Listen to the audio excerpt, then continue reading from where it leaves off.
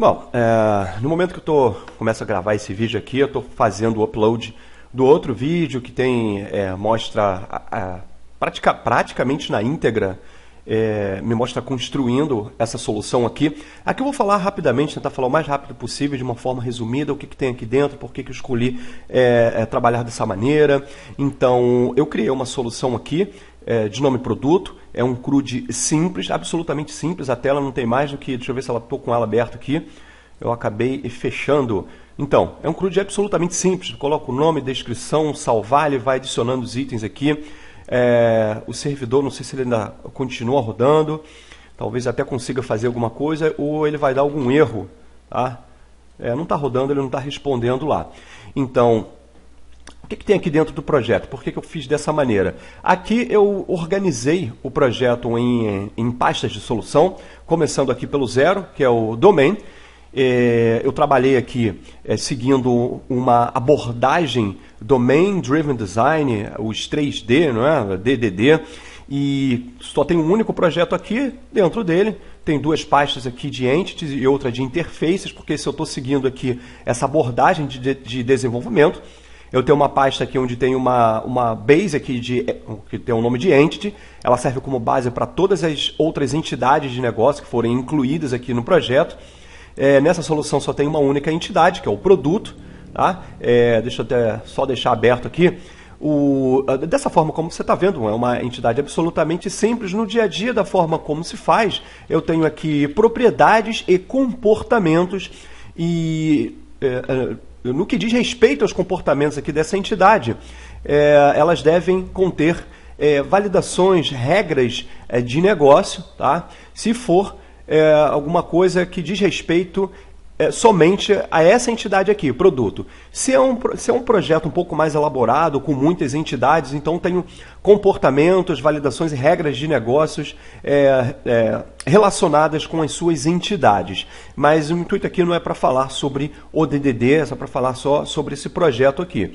Então eu tenho aqui um projeto de domínio extremamente simples. Eu normalmente começo o trabalho por aqui, ou pela parte de testes, quando eu tenho um desenvolvimento baseado em teste. Eu não fiz esse projeto seguindo essa abordagem de TDD, também não adicionei nenhum projeto de teste aqui, estava muito preocupado em colocar essa solução aqui para rodar, e eu sei que no dia a dia ou você trabalha com desenvolvimento baseado em testes, ou você especifica primeiro as classes, pelo menos logo quando for definida uma entidade, tem algumas regras, já coloca um teste, pelo menos para dar uma cobertura de teste para essa solução aqui, ok?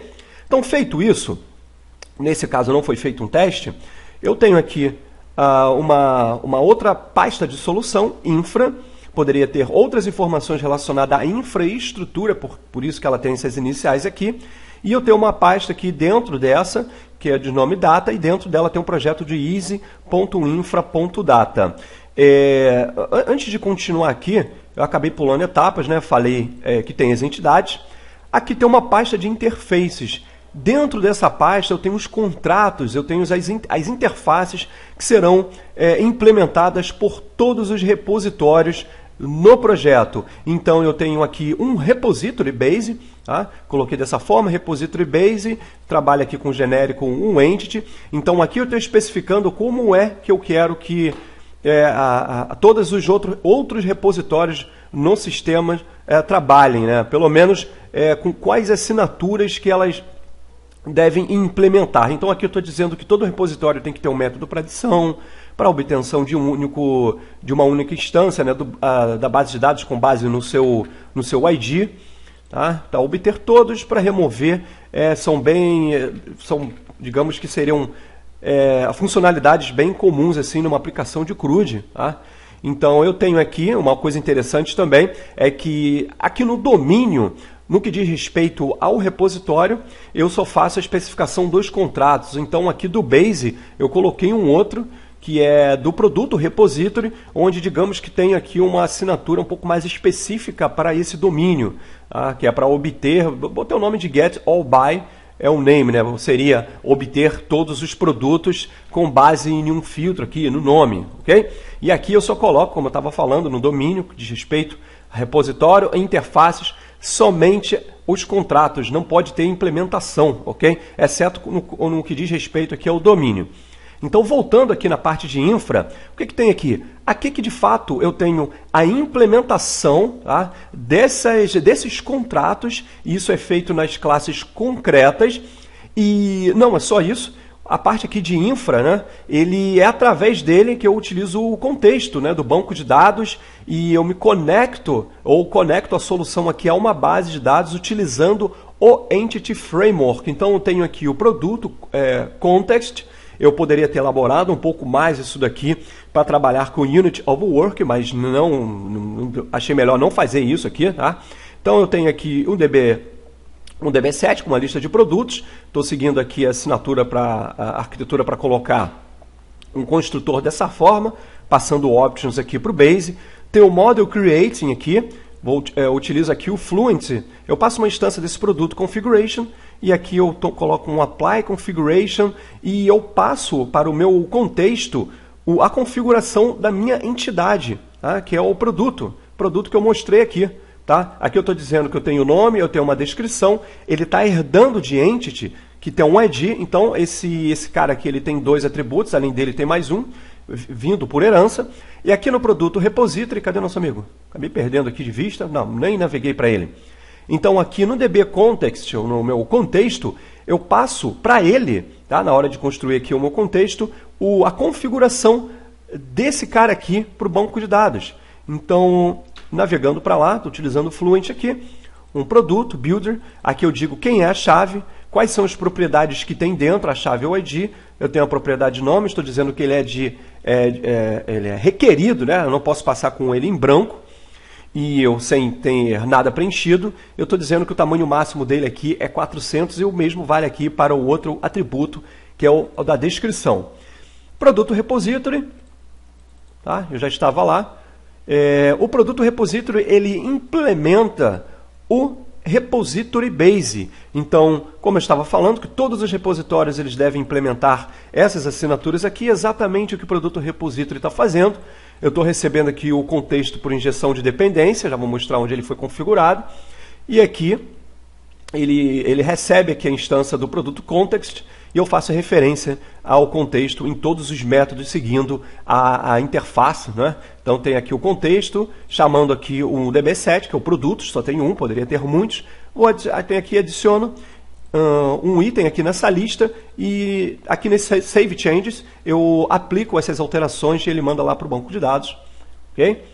O que mais tem aqui, já passei pelos 3, Produto Context, Configuration. Aqui nos outros 2, para terminar aqui, terminar ainda não, né, falar um pouco mais, deixa eu ver quanto tempo que já tem aqui de vídeo, já tem 8 minutos. Eu tenho algumas alternativas aqui para trabalhar dessa forma. Ou eu coloco tudo dentro de uma única solução ASP.NET MVC, agora eu já estou falando já de representação de dados, tá? Quando eu coloco aqui no 4.presentation, significa que aqui dentro dessa pasta eu vou colocar, posso colocar dentro de uma única solução qualquer camada de apresentação. Então, pode ser no ASP.NET MVC, pode ser num Angular, pode ser no React, pode ser uma solução aqui em Xamarin. Então, eu colocaria tudo aqui dentro, embora eu nunca tenha desenvolvido no Xamarin. É alguma coisa que eu estou buscando ainda, de repente, um pouquinho mais para frente, eu me atualize nessa área também. Então, aqui eu posso colocar a camada de apresentação de dados. E eu tenho o Web API aqui. Eu poderia ter colocado dentro de um único, tá? Mas eu achei mais interessante, eu acho até que faz mais sentido colocar o Web API em uma outra solução. A Web API nada mais é do que também um ASP.NET MVC, no entanto, sem todas aquelas configurações para desenvolvimento com ASP.NET MVC. Aqui nesse cara aqui eu tenho as configurações necessárias para que ele consiga se conectar com a base, na verdade com o repositório, desculpa. Tem algumas informações que eu tenho que colocar aqui e não lá no infra, que é a string de conexão com o banco de dados. Tem as configurações aqui. Ontem foi necessário até no último vídeo, né? Eu dar uma parada para fazer uma pesquisa porque eu tomei uma coça aqui com esse add cores aqui, que é o core cross origin, porque ele não estava permitindo o API receber conexões de alguma outra camada que não fosse do seu próprio domínio. Quando eu falo domínio, dentro do seu próprio servidor, vamos dizer assim.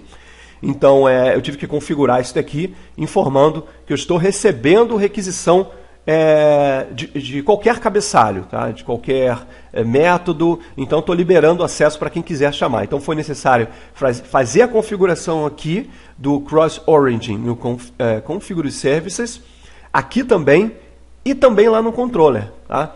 Então, aqui no projeto, até aproveitando já que eu estou aqui, deixa eu diminuir o tamanho desse fonte aqui. Tá, fica um pouquinho mais suave aqui. Então, aqui eu tenho um startup. Eu informo aqui com qual é o config, tá? No formato aqui no JSON, que tem aqui a string de conexão com o banco de dados. Configure Service, e mais aqui embaixo, configurado aqui o Cross Origin no Services. Eu configuro aqui também um DB Context e também um Add Scope aqui para fazer a injeção de dependência, dizendo que o iProduto Repository ele é implementado pelo Produto Repository. Tá? E eu tenho que também dizer que eu estou trabalhando com MVC, por mais que eu não vá especificar a interfaces com Razor.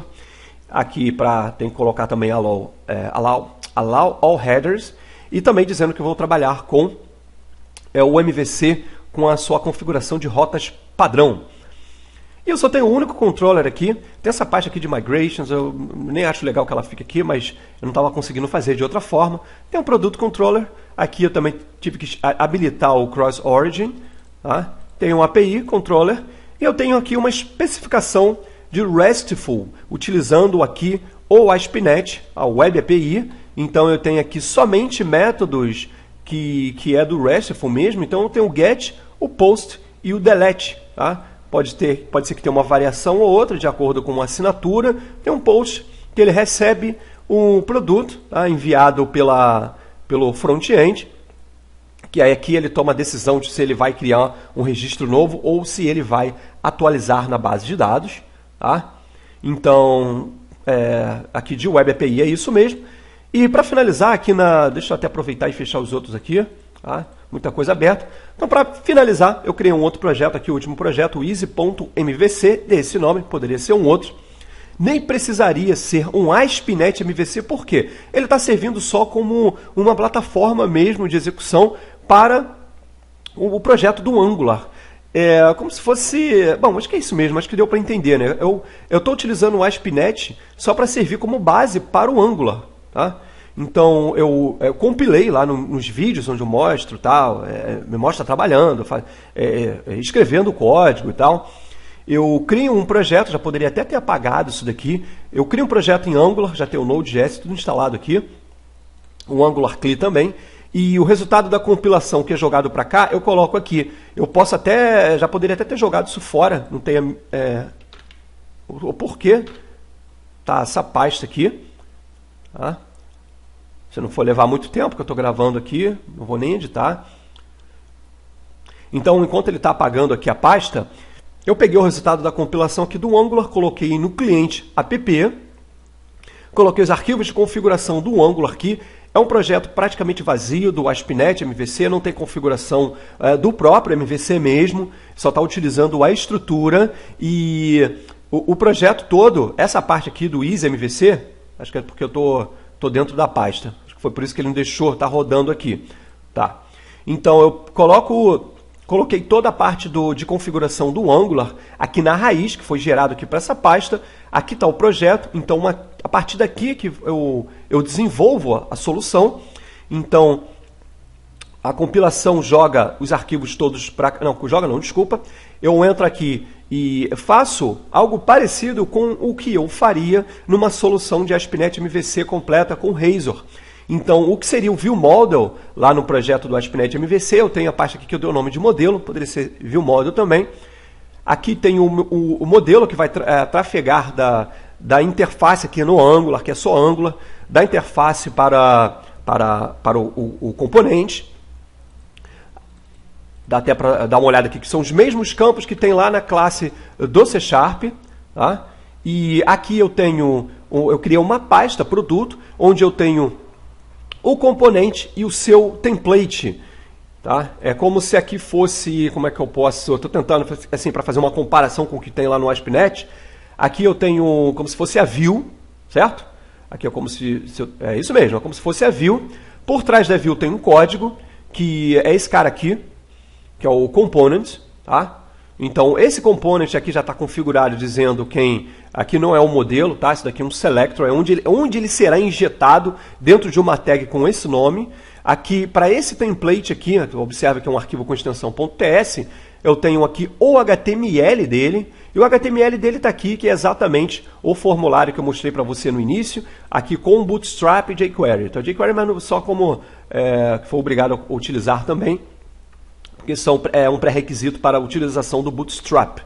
Aqui no template eu estou utilizando algumas sintaxes do próprio Angular mesmo, utilizando o Angular Form, já dá para ver aqui que tem um ng-model para fazer um binding de dois caminhos, né? Tudo que eu fizer aqui vai alterar, vai replicar no meu modelo, e o que eu alterar lá no modelo vai replicar aqui para a interface. Tá? O que tem de mais interessante aqui? Tem os eventos, clique, um deles, né, para a configuração do evento. E por detrás aqui do template, já está dizendo aqui que esse template está ligado com esse produto component. Aqui eu tenho os eventos, tá? Fazendo uma chamada a quem? Na hora, porque esse cara aqui, o produto component.ts, ele vai fazer a chamada ao Web API, mas não ele diretamente, ele delega isso a um outro cara que é o produto service que está aqui, que também é injetado por dependência, isso por conta do que foi configurado lá no app moduler. Sai daí, meu amigo. Então aqui é o módulo principal da aplicação, aqui adiciono todos os componentes, todos os módulos do próprio Angular que eu queira utilizar. Estou dizendo aqui que o produto service é um dos providers daqui da minha solução em Angular.